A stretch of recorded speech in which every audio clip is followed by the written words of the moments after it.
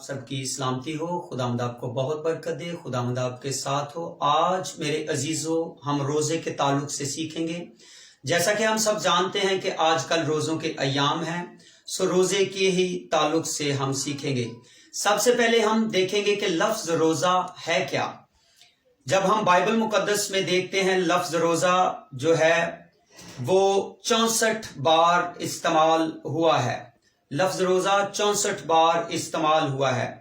अरबी जुबान में हम देखेंगे कि रोजे को क्या कहते हैं। अरबी जुबान में रोजे को सौम कहते हैं, सवाद वो मीम सौम। और इब्रानी जुबान में भी रोजे को सौम कहते हैं, मगर ये सौम सीन वो मीम सौम है, जिसका मतलब है भूखा रहना। और जो अरबी सौम है इसका मतलब है ढांपना। और मेरे जीजो, यूनानी जुबान में, ग्रीक जुबान में एसिटास, असेस्टा और लेस्टा, ये 3 अल्फाज रोजा के लिए इस्तेमाल हुए हैं, जिसका मतलब है परहेजगारी करना, फाका कशी करना। और पंजाबी में रोजे को वर्त कहते हैं।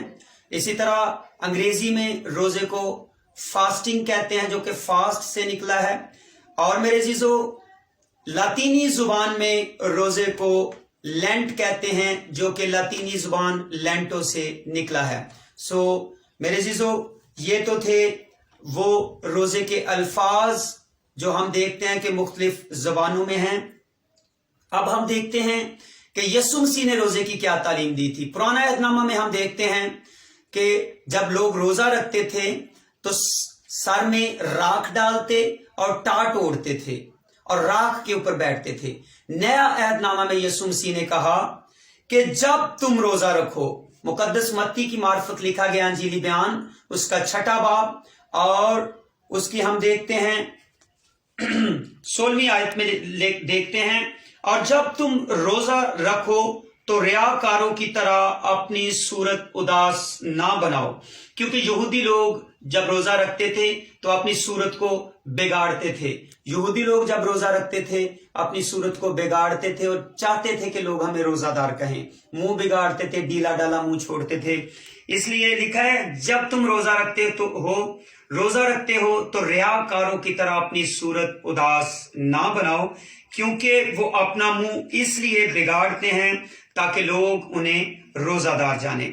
मैं तुमसे सच कहता हूं कि वो अपना अजर पा चुके। इस सूरत में हम अपना अजर नहीं पाएंगे जब मुंह को बिगाड़ेंगे और बार बार कहेंगे कि मुझे रोजा लग गया है, या सुस्ती काहली बरतेंगे, या लेटते फिरेंगे, दुआ नहीं करेंगे, फिर हमें अजर नहीं मिलेगा। और लिखा है कि जब तुम रोजा रखो तो सर में तेल डालो। पुराना अहदनामा में सर में राख डालते थे। नया अहदनामा में यीशु मसीह कहते हैं कि जब तुम रोजा रखते हो तो सर में तेल डालो। और मेरे जीजो, मुंह धो, यीशु मसीह कहता है मुंह धो लो और सर में तेल डालो। और जब मुंह धोएंगे तो फ्रेशनेस होगी। तेल डालेंगे, तेल पाकीज़गी की अलामत है।